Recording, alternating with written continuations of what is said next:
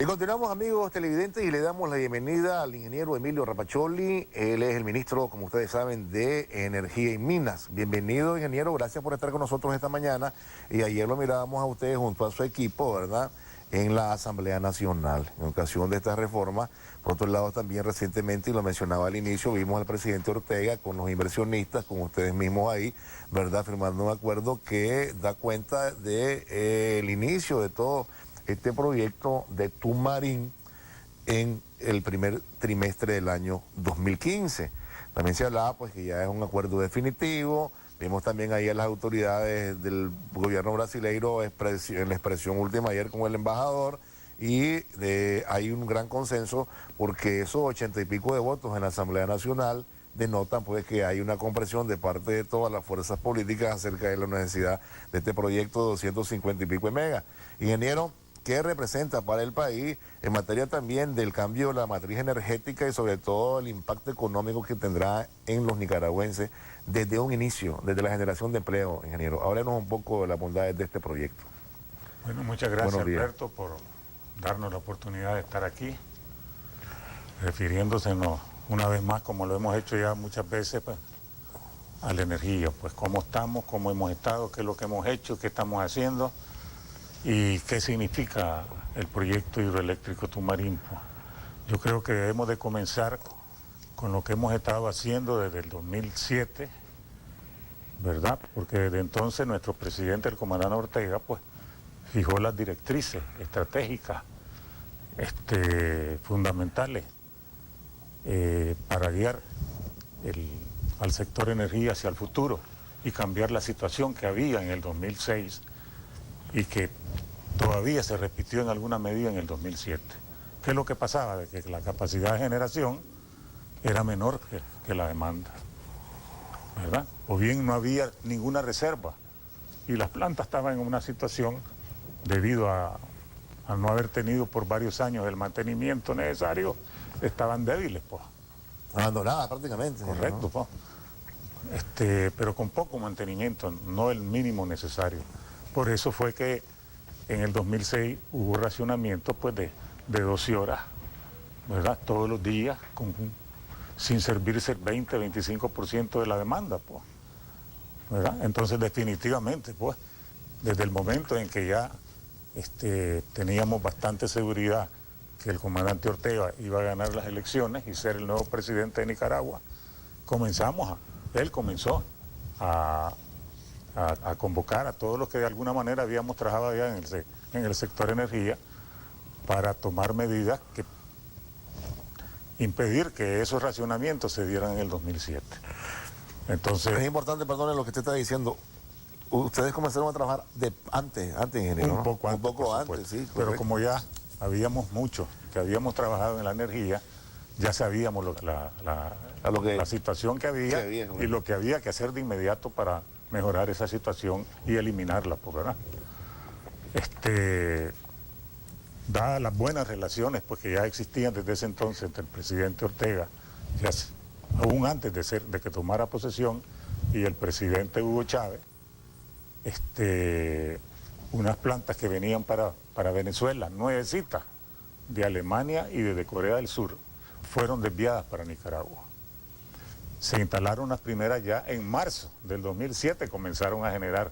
¿Eso qué quiere decir? Que se comenzaron a instalar desde antes de la toma de posesión de nuestro presidente Ortega. ¿Estamos claros? Pero no fue suficiente como para que no hubiera racionamiento en el 2007. Pero el costo económico en que se redujo el racionamiento que se había dado en el 2006 fue de 42 millones de dólares, por haber agregado ya 60 megavatios a la capacidad disponible con las primeras plantas que se instalaron en marzo del 2007. En el 2007, pues, vinieron otros 60 megavatios, pero que comenzaron a generar en el 2008. Y ya con eso se le puso punto final a los racionamientos. Y esa inversión después la asumió Albaniza, y Albaniza todavía trajo otras plantas que eran necesarias para tener suficiente reserva y que no hubieran más peligros de racionamientos en los años futuros. Pero simultáneamente ya comenzamos a hacer a mover y avanzar en las premisas y en y en los objetivos estratégicos de nuestro gobierno para cambiar la matriz de generación.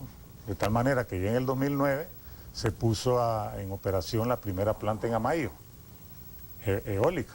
Esa planta ya venía construyéndose de 1 o 2 años anteriores, pero estaba parada por burocracia, por problemas que deberían de haberse superado. Esos problemas se superaron de inmediato, de tal manera que ya Amayo 1 comenzó a generar en el 2009, Amayo 2 en el 2010, ya en total 63 megavatios. Después vino Blue Power con 40, después vino Eolo con otros 40 y después Alba Viento con otros 40 megavatios más. De tal manera que ahorita tenemos más de 180 megavatios eólicos. Y además, en el 2000, estamos hablando del 2005, no, perdón, del 2010, 11, no, del 2011 y 2012 ya entró a generar la primera unidad de San Jacinto Tizate, ¿verdad? Con 36 que también megavatios. estaba un proyecto que no arrancaba, que venía desde años, desde que lo dejamos, claro, ¿verdad? Años anteriores, pues. Y se metieron 72 megavatios en total en San Jacinto Tizate, ¿verdad? Que ahí están. Ya con eso ya se sintió el cambio en la matriz de generación, pues, ¿verdad? Con una inversión, con una inversión de 1.181 millones de dólares en total, incluyendo las plantas de Albaniza, ¿verdad? Pero solamente las plantas con recursos renovables eran 900 millones de dólares, ¿verdad? Con lo que entró en plantas de generación con recursos renovables. Pero eso no paró ahí, pues.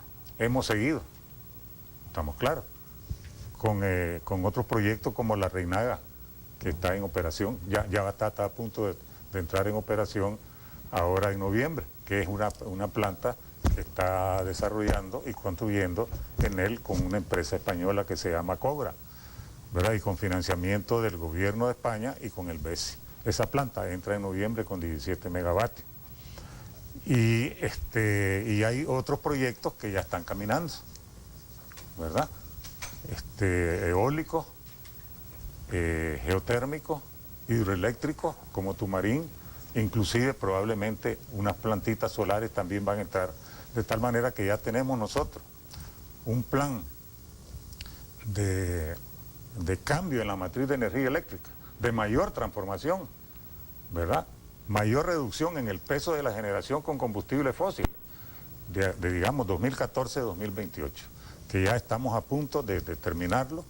Eso lo trabajamos en conjunto muy de cerca, principalmente con Enatrel, con el Centro Nacional de Despacho de Cargas, porque vos tenés que planificar y hacer un plan de generación que sea consistente con el plan de transmisión, ¿verdad? No, de nada sirve tener ahí la generación si no tenés las carreteras, claro, que saquen esa energía de las plantas y que puedan llevar esa energía a las redes de distribución que tienen las distribuidoras y a todos los centros de consumo.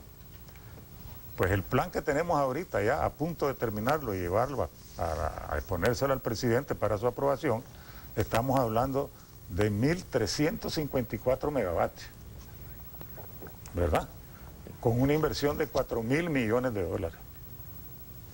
Principalmente, diría yo, en la mayor parte, inversión privada, nacional y extranjera, pero que va a haber participación del Estado, a través de Enel principalmente, pues, ¿verdad? Entonces ya con esto, ¿qué es lo que va a estar pasando con la matriz de generación en el 2021, digamos, ¿verdad? Casi el 90% va a ser generación con recursos renovables. ¿Estamos claros? ¿Y cuál va a ser la planta con mayor peso para ese cambio? Tumarín. ¿Por qué? Bueno, si Tumarín estuviera generando ahorita, estaría generando el 28%, casi el 30% de la energía que está consumiendo el país ahorita. De la demanda, es decir, 250 y pico de megas son, ¿verdad? 253. Ahorita la energía que producen todas las generadoras en conjunto, en los meses de mayor demanda anda por los 3.800, 3.700 millones de kilovatios hora.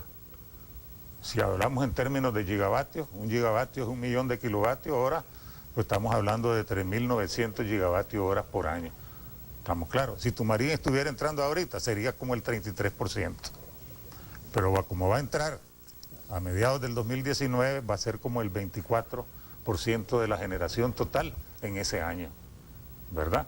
Y con eso es que vamos a tener un cambio ya más profundo, mayor en la generación con recursos renovables. Pero también en ese plan indicativo que te mencioné, van otras plantas. ¿Estamos claros? Que ya están en ese plan indicativo, están en proceso todavía de revisión algunas de estas plantas, proyectos geotérmicos, un poco más de 100 megavatios, proyectos eólicos, más o menos unos 400 megavatios adicionales, unos 300 megavatios adicionales, unas plantas fotovoltaicas, 100 megavatios, ¿verdad? Ahorita solamente tenemos la que está allá en la Trinidad, ¿verdad? Que ya es de una empresa que formó Enatrel con la municipalidad de Diriam. Esa plantita es chiquita, tiene 1.4 megavatios. Es la de camino al mar, ¿no? Al mar, camino sí, al en el Casares, kilómetro 60 yendo para Casares. Pero ya es una muestra de que la energía eólica fotovoltaica en nuestro país puede ser una realidad en mayor dimensión, pues, ¿verdad? Ahora, ¿cuáles son las características fundamentales cuáles son los beneficios que trae Tumarín además de transformar la matriz?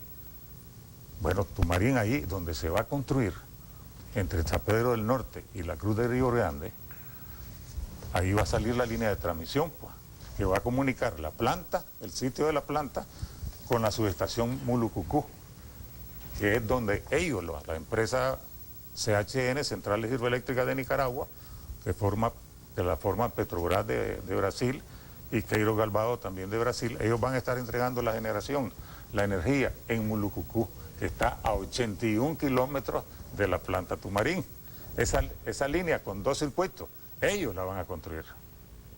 Correcto, claro. que es una diferencia de lo que había pactado Sí, antes, ¿verdad? Ahora va a ocurrir por significativamente. cuenta de ellos, ¿no? Y lo mismo la carretera de San Pedro del Norte hasta el sitio de la planta, que son 51 kilómetros. Debido a eso es que se les está dando un poco más de plazo para operaciones, ¿verdad? De 30 a 39 años. Pero hay otra cosa importantísima, que en vez de construir la planta en 59 meses, la van a construir en 48 meses. Y por eso es que va a estar entrando a mediados del 2019. Un año antes casi. Entonces, de esa línea de transmisión de la subestación de la planta propia de Tumarín y de la planta de Mulucucú, y probablemente se pueda hacer una subestación a mitad del camino, ¿verdad? Van a salir diferentes circuitos de distribución que van a cubrir toda esa área, al norte y al sur del Río Grande de Matagalpa. Estamos claros, contribuyendo significativamente a mejorar los niveles de vida de la población que está ahí. ¿En qué sentido? Bueno, que van a tener garantía de una luz más segura. Estamos claros. Que van a poder tener una refrigeradora. Estamos claros. Que van a tener mejores sistemas de comunicación. Y también para todos los productores que existen en esa zona, que van a poder, tal vez inclusive, van a poder tener riego. ¿Estamos claros? Y entonces esa parte del país va a estar mejor conectada al resto del país. ¿Estamos claros? Van a tener esa carretera desde la planta Tumarín hasta Mulucucú, que va a servir de línea madre, de carretera madre, de otros caminos que se van a hacer ahí, que van a facilitar la colecta de café, el transporte de la leche y todo eso, pues, ¿estamos claros? Por otra parte, va a haber una reducción muy importante en el consumo de petróleo, pues. Vamos a estar hablando... ¿Cuánto es la eliminación de la factura petrolera, ingeniero? Bueno, nosotros aquí ahorita andamos por... Porque todo esto se compra con recursos que son divisas, pues que es dólar. ¿Cuánto nos ahorraríamos, ingeniero? ¿Cuánto daríamos de sacar, pues? Bueno, nosotros estamos hablando ahorita más o menos de un promedio como de $800,000, $800,000 diario. Diario. Diario la factura por consumo de petróleo en la generación. Correcto. Por la energía, Eso- por generar energía. Más o menos en promedio, pues, ¿verdad? Claro. Eso vos lo multiplicas por 365 días y te salen como 300 millones de dólares, pues, ¿verdad? Al año, pues. Y eso son divisas que van para afuera, pues, porque ese petróleo, aunque tengamos las condiciones de financiamiento de Venezuela, que son bien favorables, pero que se tiene que pagar. Claro, claro. ¿Estamos claros? Eso es ahorita, ingeniero, ¿verdad? Y entonces, eso es ahorita, en este momento. Sí, pero hay algo muy importante. La energía en promedio, podemos adelantar que va a tener una reducción en precio del 2019 en adelante un poco mayor que el 4%, ¿verdad? Ya estamos hablando de la tarifa, ingeniero, ¿verdad? A la gente, así es, ¿no? Sí, de la tarifa ya que al le llega al consumidor. consumidor.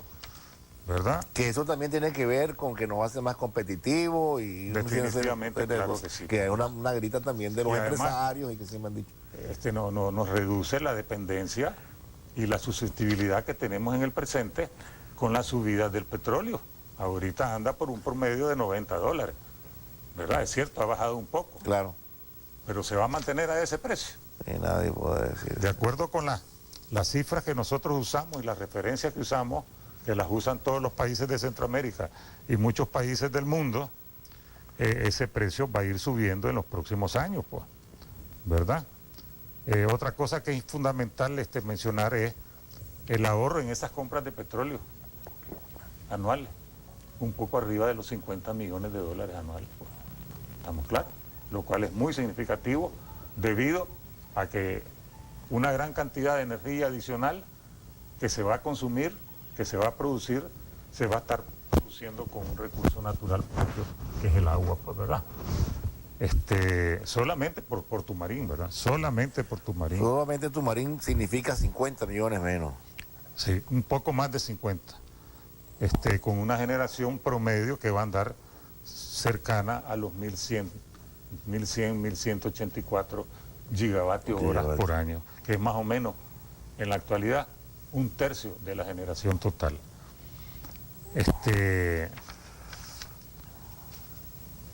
Yo creo que eso son Ahora, y en la tarifa, sí, ingeniero, usted habla de no menos del 4%.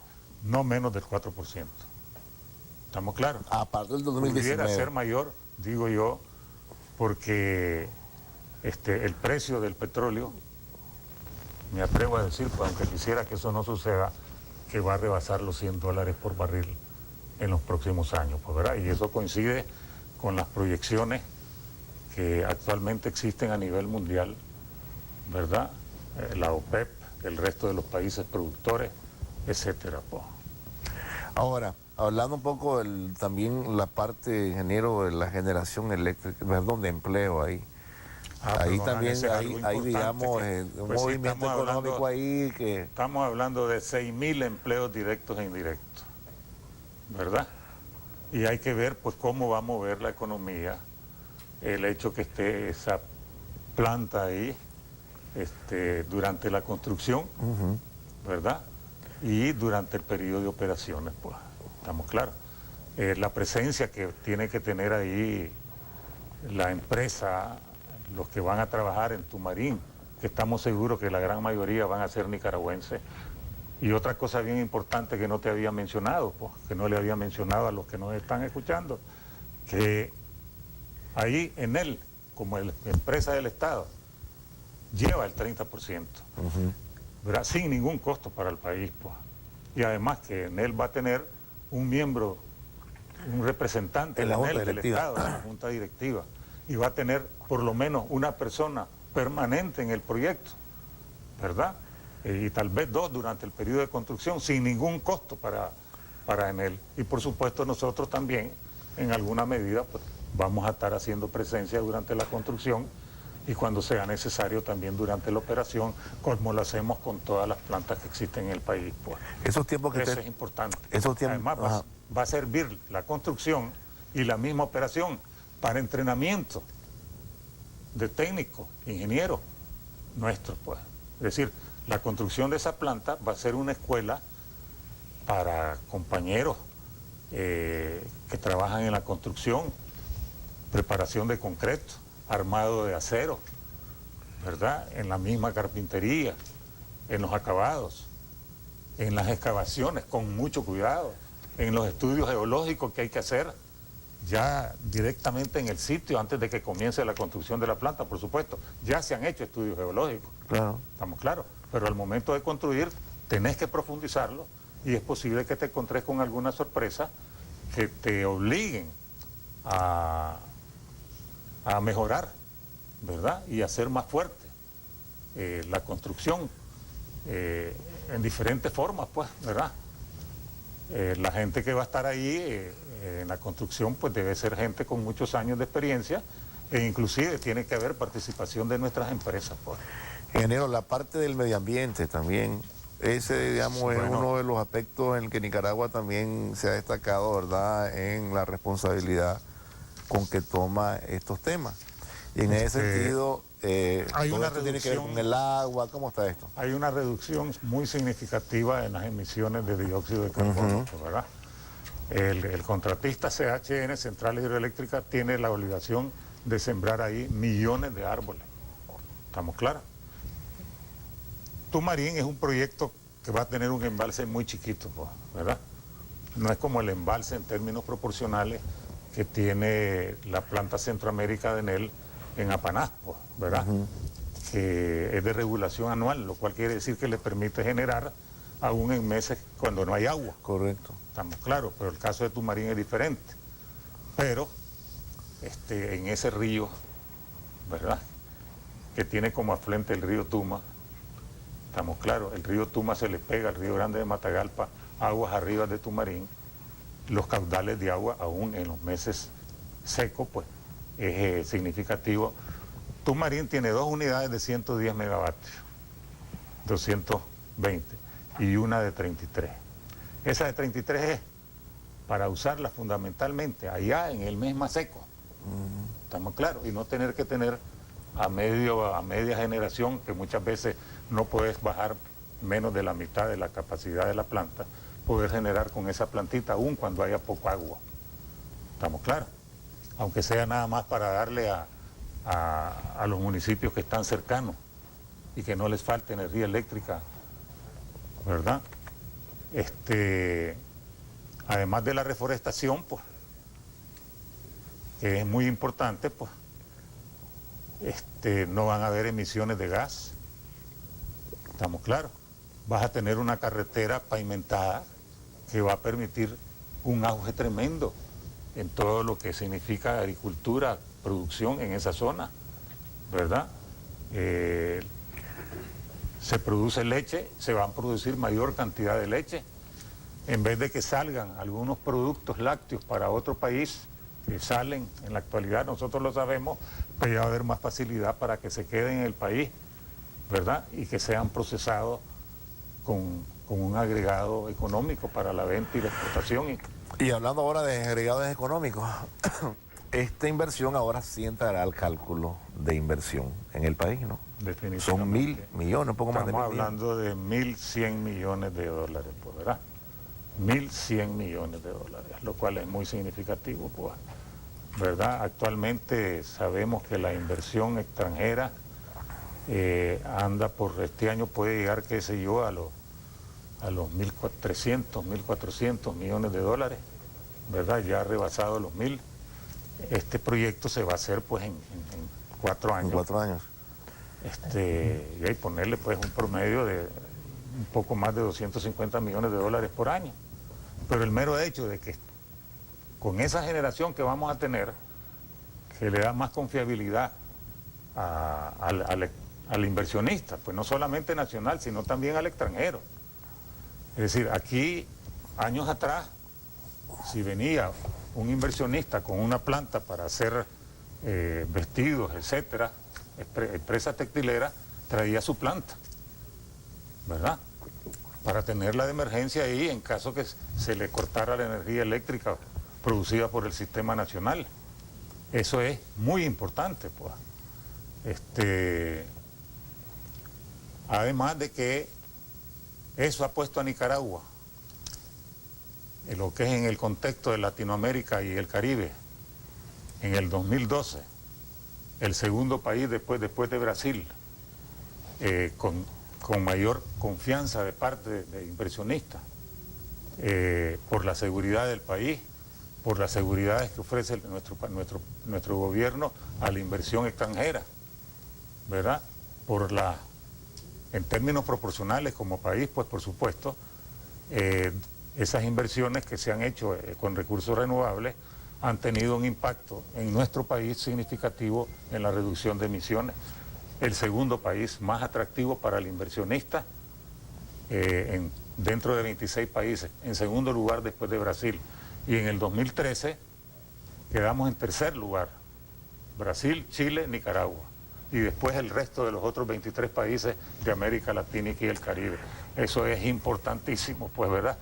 Porque va a seguir atrayendo con un proyecto como Tumarín, pues aquí vamos a tener más capital de otros países, inclusive de capital nicaragüense, en estas inversiones que van a permitir y atraer inversiones de otro tipo, ¿verdad? En otras áreas económicas, industriales de nuestro país y en el área inclusive turística, ¿verdad? Es decir, esto le va a dar una gran seguridad a todo el turismo en la zona del Pacífico, ¿verdad?